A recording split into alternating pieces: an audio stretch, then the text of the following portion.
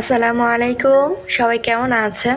আশা করছি আল্লাহর রহমতে সবাই সুস্থ আছেন, ভালো আছেন। আলহামদুলিল্লাহ আমরাও ভালো আছি। আরও একটি নতুন ভিডিও দেখার জন্য আপনাদের সবাইকে আমন্ত্রণ জানাচ্ছি। আশা করছি আমার আজকের ভিডিওটি আপনাদের কাছে খুব ভালো লাগবে। ভিডিও শুরুতে সবার কাছে একটা লাইক চেয়ে নিচ্ছি। আশা করছি একটা লাইক দিয়ে পুরো ভিডিওটা কন্টিনিউ করবেন। আমি আজকে ভিডিওটা সকাল থেকে স্টার্ট করেছি আর সকালে নাস্তার জন্য এখানে রেডি করে নিচ্ছি। প্রথমে নিয়ে নিয়েছি এর আগের দিন তো গরুর মাংস রান্না করেছিলাম, তো সেই গরুর মাংস রয়ে গিয়েছে, তাই ভাবলাম আজকে বেশি কোনো কিছু রান্না করবো না, শুধু রুটি ভেজে নেব। তাই রুটি ভেজে নিয়েছি আর একটা এই তো বাটিতে মাংস নিয়ে নিয়েছি আর এখানে 1 কাপ কফি বানিয়ে নিচ্ছি। এখন তো হালকা শীত পড়ে গিয়েছে, এখন কিন্তু চা কফি এগুলা খেতে ভালোই লাগবে, কারণ সকালবেলা যদি 1 কাপ চা বা 1 কাপ কফি খাওয়া যায় শরীরটাও কিন্তু খুব ভালো লাগবে। এই তো আর আরেক পাশে আমি একটা ডিম সিদ্ধ করে নিয়েছিলাম, একটা ডিম সিদ্ধ দিয়েছি আর একটা খেজুর নিয়ে নিয়েছি আর এখানে 2টা রুটি নিয়ে নিয়েছি। তো আমি অ্যাকচুয়ালি আজকে পরোটা ভাজতাম, তো ভাবলাম যে পরোটা তো কয়েকদিন ধরে খাওয়া হচ্ছে, তো আজকে রুটি ভেজে নিই। তাই রুটি ভেজে নিয়েছি আর এখানে 1 গ্লাস দুধ নিয়ে নিয়েছি। এটা আপনাদের ভাইয়ার আর আমার দুজনের নাস্তা। আমরা নাস্তা করার আগে কিন্তু বাচ্চাদেরকে নাস্তা করিয়ে নিয়েছি, কারণ বাচ্চাদেরকে নাস্তা না করিয়ে নিলে আমার নাস্তা করাটা খুবই অসুবিধা হয়ে যায়। তাই সবসময় চেষ্টা করি আমাদের আগে বাচ্চাদেরকে নাস্তা করিয়ে নিতে। আর আমার বড় মেয়েরা তো ওরা মাদ্রাসা থেকে যতক্ষণ না আসে ততক্ষণ আর কোনো কিছু করা হয় না, ওরা আসার আগ মুহূর্তে ওগুলো নাস্তাগুলো বানিয়ে নিই। ওরা এসে খাওয়া দাওয়া করে চলে গেলে তারপরে আমাদের জন্য নাস্তা বানিয়ে নিই। তো আপনাদের ভাইয়াও ঘুম থেকে উঠতে উঠতে অনেকটা টাইম লেগে যায়, তো ততক্ষণ পর্যন্ত আমি বসেই থাকি। তারপর ঘুম থেকে ওঠার পর আমি নাস্তাটা রেডি করে এক এক করে তারপরে দিয়ে দিই। তো আমাদের নাস্তা করা শেষ হয়ে গিয়েছে, এখন নাস্তা করা প্লেট বাটিগুলো ধুয়ে নিচ্ছি। এগুলো যদি সাথে সাথে না ধুয়ে নিই না, কিছুক্ষণ রেখে দিলে তারপরে কি এগুলো আমাদের শুকিয়ে তারপরে এগুলো লেগে যায়, তখন আবার অনেকক্ষণ ভিজিয়ে রাখতে হয়, তারপর আবার ধুতে হয়। সবসময় চেষ্টা করি সাথে সাথে কাজগুলো করে নিতে, মানে একটু কষ্ট হয়, কষ্ট হলেও চেষ্টা করি সাথে সাথে করে নিতে। সাথে সাথে করে নিলে পরে আর এটা ঝামেলা করতে হয় না। তাছাড়া কিন্তু আবার জমিয়ে রাখতে রাখতে অনেকগুলো প্লেট বাটি জমে যায়, তখন আবার ধুইতে অনেকটি কষ্ট হয়ে যায়। তো এই তো প্লেট বাটিগুলো ধুয়ে নিয়েছি আর আমার বাবাটার জন্য তো খাবার কোনো তৈরি করিনি। তো বাবার জন্য আমি খাবার রান্না করে রেখেছিলাম, তো খাবারটা জুড়িয়ে ঠান্ডা হয়ে গিয়েছে, এখন আমার বাবাটাকে খাবারটা খাইয়ে নেব। এখানে রান্না করে নিয়েছি, লুডুস রান্না করে নিয়েছি ডিম দিয়ে। তারপর এটা দুপুরের ভিডিও, তারপর আর কোনো কাজ করিনি, ঘরে কিছু টুকটাক কাজ করেছি। তো এখানে আপনাদের ভাইয়া একটু নিচে গিয়েছিল, তখন বলতেছে যে একটু শরবত করে দেওয়ার জন্য, তো আমি এখানে একটা লেবু দিয়ে একটু শরবত করে দিচ্ছি। আমার ভিডিওর সাথে যারাই আছেন লাইক দিতে ভুলে গেলে প্লিজ আপনারা একটা লাইক দিয়ে দিবেন। আর আমার চ্যানেল যদি কেউ নতুন হয়ে থাকেন চাইলে আমার চ্যানেলটিকে সাবস্ক্রাইব করে রাখতে পারেন। পাশে থাকা বেল অল অপশনে ক্লিক করে রাখবেন, এতে করে আমি যখনই ভিডিও ছাড়বো সাথে সাথে নোটিফিকেশন পেয়ে যাবেন। আর আপনি যদি এই কাজটি আরও আগে করে থাকেন তাহলে আপনাকে অসংখ্য ধন্যবাদ। আজকে দুপুরের জন্য ভারী কোনো কিছু রান্না করব না, তো চাচ্ছিলাম খিচুড়ি রান্না করতে, তো চিন্তা ভাবনা করে খিচুড়ি বসিয়ে দিলাম। তো এই তো ফাইনালি আমার খিচুড়িটা রান্নাও হয়ে গিয়েছে। আচ্ছা, আমার এই ব্যাংকগুলো দেখে না আমার একটা আপু কমেন্ট করেছিল যে আপু তুমি মনে হয় অনেক টাকা সঞ্চয় করো, তোমার ওয়াল শোকেসের ভিতরে 3টা ব্যাংক দেখেছিলাম। তো সেই সম্পর্কে আজ আপনাদের সাথে শেয়ার করব আমি এই 3টা ব্যাংকের ভিতরে কিভাবে টাকা জমিয়ে থাকি বা কেন রেখেছি এগুলা। টাকা জমানোর জন্য কিন্তু আমাদের কাছে অনেক ধরনের উপায় আছে, আমরা চাইলেই কিন্তু টাকা জমাতে পারি, তো না চাইলে কিন্তু আবার সবগুলো খরচও করতে পারি, কারণ খরচ করলে কিন্তু খরচের শেষ নেই। মাস শেষে কিন্তু মাস শেষ হওয়ার আগে কিন্তু আমাদের হাত খালি হয়ে যায় যদি খরচের মতো খরচ করা যায়। আর খরচ এরকমভাবে না করলে কিছু টাকা কিন্তু হাতে রেখে দিলে তাহলে কিন্তু মাস শেষেও আর ওরকম সমস্যার মধ্যে পড়তে হয় না। তো আমার কাছে যে টাকা থাকে আমি কখনোই আমার টাকা ব্যাংকে জমাই না, কারণ আমার কিছু টাকা আমি আমার নিজের হাতেই রেখে দিই। আর এই যে 3টা ব্যাংক দেখতেছেন, এই 3টা ব্যাংক কিন্তু আমার 3টা মেয়ের জন্য, কারণ ওরা যেহেতু বাসার ভিতরে থাকে, বাসা থেকে যেহেতু বের হতে পারে না, তো ওদের কাছে তো প্রায় সময় টাকা থাকে, অনেক সময় আমার কাছ থেকেও টাকা নেয় মজা খাবার জন্য। তারপর হচ্ছে আমাদের বাড়ি থেকে আসলে, আমার শ্বশুর বাড়ি থেকে আসলে, তো ওরা যত মানুষই আসুক না কেন বেড়াতে, তখন কিন্তু ওদেরকে টাকা দিয়ে থাকে। তো এই টাকাগুলো দিয়ে তো আর ওরা মজা খেতে যেতে পারে না, কারণ আমার এখান থেকে যাওয়াটা আমি অ্যালাউ করি না, কারণ হচ্ছে বাচ্চারা বের হলেই বাচ্চাদেরকে সমস্যা। তাই হচ্ছে ওরা তো একা একা কখনই বের হয় না। তো আমার এখান থেকে দোকানও অনেক দূরে, তো যার কারণে ওদের কিন্তু মজাতে এরকমভাবে খাওয়া হয় না। তবে আত্মীয় স্বজনরা যখন আসে তখন কিন্তু অনেক মজা নিয়ে আসে, তখন ওই মজাগুলো ওরা খেয়ে থাকে। আর আমি যখন নিচে যাই তখন ওদের জন্য অনেক কিছু নিয়ে আসি। তো তাদের তাদের টাকাগুলো কিন্তু আর খরচ হয় না।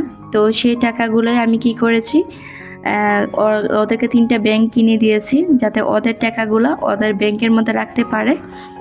তো সেই আনন্দে কিন্তু ওদেরকে 3টা ব্যাংক কিনে দেওয়ার পর ওরা কিন্তু মানে যখনই ওদের হাতে টাকা আসে তখনই ওরা 3জনে 3টা ব্যাংকের মধ্যে রেখে দেয়। আর আমি কি করি সবসময়, আমিও কিন্তু বাজার করার পর আমার কাছে যে খুচরা টাকাটা থাকে সেই টাকা থেকে কিন্তু আমি 3জনকে ভাগ করে দিয়ে থাকি। তা থেকে কিন্তু আমার নিজেরও অনেকটা সেভ হয়ে গিয়েছে, কারণ আমার নিজের কাছে তো খুচরা টাকাগুলো কখনোই রাখতে পারি না। তো বাচ্চাদেরকে যদি দিয়ে দিই, বাচ্চাদের কাছে তো একটা হিসেবে জমে গেল। তাই হচ্ছে চেষ্টা করি ওদেরকে কিছু দেওয়ার জন্য। তো আমি কখন কত টাকা দিই সেটা জানি না, তবে বাজার থেকে যখন আসি তখন আমার নাদিয়া কিন্তু টাকা আমার কাছ থেকে চেয়ে নেয়। তো ও যেহেতু চেয়ে নেয়, বড়রা তো আর চেয়ে নিতে পারে না, তো ওকে যখন দিই তখন কিন্তু ওদেরকেও দিই। তো যখনই যত টাকা দেয় না কেন, 10 টাকা 20 টাকা যখনই যত টাকা দেয় না কেন, তাদের ব্যাংকে কিন্তু আবার রেখে দেয়। তখন আবার যখন বেড়াতে যায় তখন টাকা পায়, বা ঈদের সময় টাকা পায়, যখনই যত টাকা পায় ওরা খরচ করে না। ওদের এখন একটা অভ্যাস হয়ে গিয়েছে যে আমরা যত টাকা জমাই মানে যত টাকা আমাদের হাতে আসুক না কেন আমরা কখনোই খরচ করব না, আমরা ব্যাংকের ভিতরে রেখে দেব। তো ব্যাংকটা কেনার পরে কিন্তু আমার অনেকটাই লাভ হয়ে গিয়েছে, কারণ তাদের হাতে টাকা আসলেও তারা খরচ করতে চায় না, ব্যাংকের মধ্যে টাকা রেখে দেয়। এখনকার দিনে কিন্তু বাচ্চারা প্রচুর পরিমাণ টাকা খরচ করে দেখবেন, কারণ বাচ্চাদের হাতে টাকা দিলেই বাচ্চারা চলে যায় দোকানে মজা খেতে। সেই অভ্যাসটা থেকে কিন্তু আমি বিরত রাখতে পারি, সেটি আমার কাছে খুব ভালো লেগেছে।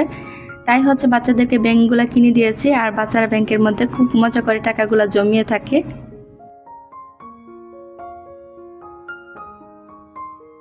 আপনাদের ভাইয়া ফল নিয়ে এসেছিল, তো সেখান থেকে কিছু ফল কেটে দিয়েছিলাম বাচ্চাদেরকে। তো ফল খেয়ে বাচ্চারা মাদ্রাসায় চলে গিয়েছিল। তো এখন হচ্ছে দুপুরের খাবার টাইম হয়ে গিয়েছে, আর এখানে হচ্ছে আপনাদের ভাইয়াকে খিচুড়ি দিয়ে দিয়েছি।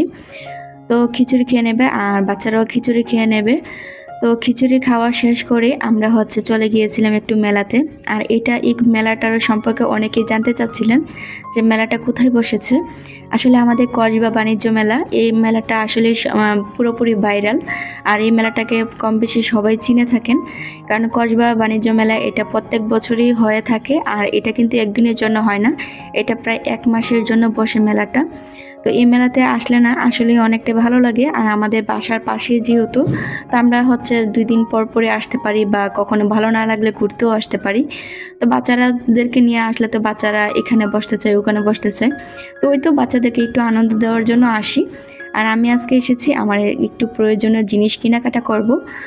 তো এখানে হচ্ছে বাচ্চারা একটু আনন্দ করে নিচ্ছে আর আমি একটু ভিডিও করে নিচ্ছি। আর তার মাঝে না দেখতে পেয়েছিলাম যে নৌকাতে কিছু বড় বড় আপুরা উঠেছিল, তো তাদেরকে একটু ভিডিও করে নিয়েছি। কারণ নৌকাতে যখন বড় মানুষরা উঠে না, তারা যে অনেকটা চিৎকার করে সেটা দেখে আমার কাছে খুবই ভালো লাগে। তাই হচ্ছে একটু দাঁড়িয়ে দাঁড়িয়ে দেখেছিলাম আর ভিডিও করেছিলাম।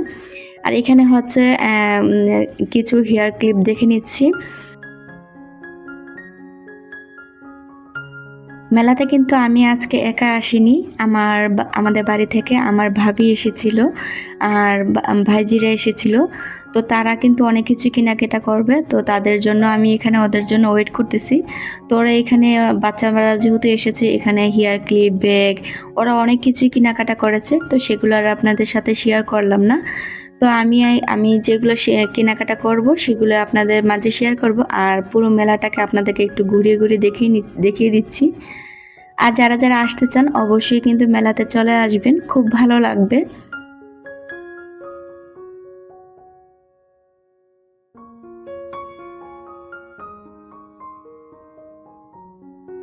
মেলা দেখে শেষ করে চলে আসলাম বাসায়। আর বাসায় এসে আমি কি এনেছি এখন আপনাদের সাথে শেয়ার করব। তো চলুন দেখি কি নিয়ে আসলাম। শরবত খাওয়ার এই পাইপগুলো না আমি অনেক দিন ধরে খুঁজছিলাম, তবে সোজাগুলো খুঁজছিলাম, কাঁচের যেগুলো থাকে সেগুলো, তবে সেগুলো না পাইনি। তো এগুলোর মধ্যেই শুধু পাওয়া যায়, তাই হচ্ছে এগুলোর মধ্যে আমি 3টা নিয়ে নিয়েছি। আর নাদিয়ার জন্য এখানে একটা হেয়ার ক্লিপ নিয়ে নিয়েছি। আর এই ক্লিপগুলো না আমার কাছে খুবই ভালো লাগছে। আর এই ক্লিপগুলো না প্রজাপতি ক্লিপগুলো আমি ছোটোবেলায় অনেক পরেছি, এখন হয়তো তো এরকম দেখিনি, তো আজকে মেলার মধ্যে দেখেছি, খুব ভালো লেগেছে। আগে আমি অনেক পরতাম, যে মাথার মধ্যে নড়াচড়া করতেও দেখতেও সুন্দর লাগতো। আর হুমায়রা সামিয়ার জন্য 2টা পেন এনেছি। এগুলো দেখে ওরা খুব খুশি হবে, যেহেতু ওরা আমাদের সাথে যায়নি, তো তাই হচ্ছে ওদের জন্য একটু একটু করে কিছু নিয়ে আসলাম। কারণ যদি দেখে যে আমার জন্য কিছু নিয়ে আসছে, ওদের জন্য কিছুই নিয়ে আসিনি, তাহলে ওরা খুব রাগ করবে। এখানে একটা কাঁচের ট্রে এনেছি, আর ট্রেটা না খুব ভালো, অনেকটাই ভারী। তো এখানে আবার কিছু স্পুন নিয়ে আসলাম। এই স্পুনগুলো আমার খুবই দরকার ছিল, তো দেখে খুব ভালো লেগেছিল, একটা থেকে একটা সুন্দর। আর ডিজাইনগুলো না অনেক ভালো লেগেছিল, তবে এই স্পুনগুলো না খুব দাম নিয়েছে আমার কাছে মনে হয়েছে। কারণ ছোটোগুলোর যে প্রাইস, বড়গুলো সেই প্রাইস। প্রত্যেকটা স্পুন কিন্তু 60 টাকা করে নিয়েছে। তো এখানে প্রায় 350 টাকার স্পুনে নিয়ে এসেছি আমি। তো ছোট থেকে বড়ই নিয়ে এসেছি, কারণ আমার তো এরকম বড় স্পুনের দরকার হয় না, তাই ছোটোগুলোই নিয়ে এসেছি। তো আমার পুরো ভিডিওটা দেখে আপনাদের কাছে কেমন লাগলো অবশ্যই কমেন্ট করে জানাবেন। তো আজকের মতো ভিডিওটা এখানেই শেষ করে দিই। সবাই ভালো থাকবেন, সুস্থ থাকবেন। আল্লাহ হাফেজ। আসসালামু আলাইকুম।